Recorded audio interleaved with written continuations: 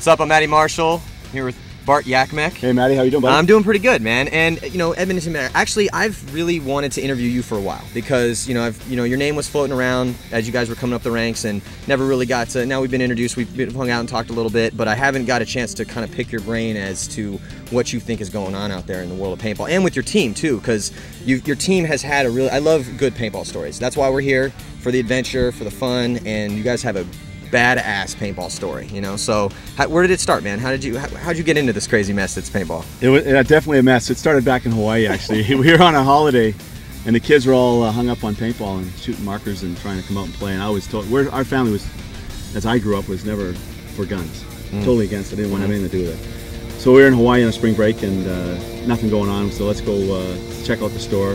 They wanted to buy guns. I said no, we're not done it. And then the store actually invited us out to play. So we went to the top of the mountain in Hawaii. Oh, wow. First time ever playing paintball. And I'll tell you, we came home and it was every weekend. We drove an hour every weekend to the field. So it hit you, the bug got in you. It just got me and the kids, and then Joanne, my wife, started playing, and we're all playing, the whole family. And it just took off from there. The kids were 10 and 11 back then.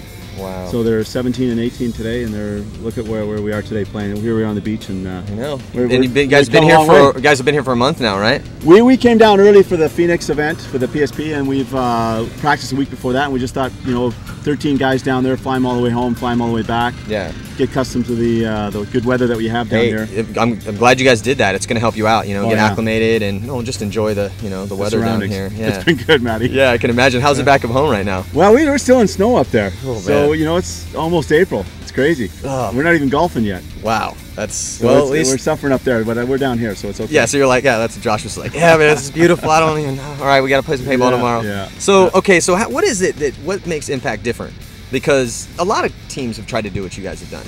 Is it just that you got a good group of talent? And because I know it's talent, hard work. All the cliches have to work together as that puzzle piece. To work it all together as a whole. But what is it about your team in particular that you feel?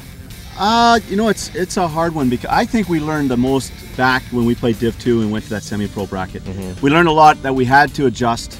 That's a hard bracket, man. It was I'd a fight hard, through that too. To go from there and then move up, and then to see the changes that we had to make. And when we saw that the kids could actually adjust to that, and when we seen some success, later that year, in that first year, moving up, and then I think the big key was Josh Davies coming in, Danny Miller, two well-rounded veterans that played. And when he approaches me, Josh, and says, "Hey, I want to play for you guys, and we want to make something of these kids," and I think that was the key. And then the kids listening and learning so much so fast and adjusting, I think that was a big part of our success, and wanting to succeed, and not going to these events and not failing. And the fear factor may be a bit of that, but it's so mental. It really is at this level, because you can, I always say that this is the easy part, man. It's the mental part that you could take somebody that's halfway decently athletic and in 3 to 6 months train them to look like a pro paintball player, but that has nothing to do with actually them being able to win anything. So many times in those clinics, you get behind a guy and you're like, "Oh, this guy looks great," and then you get behind him and looking at where he's shooting at the target, and you're like, "Oh God, you're not even close." Not close. So it's so mental. So you guys have really been able to kind of ride that wave, and each step you gain a little bit more confidence and bring you did it. That's the way it's supposed to be done. You get a good group of guys that are down to grind, get to a certain level, bring in some foreign experience that kind of everybody melds with. Takes you to the next level. Yeah, and which is what we've done. And these kids have been together, if you think about it, from 203.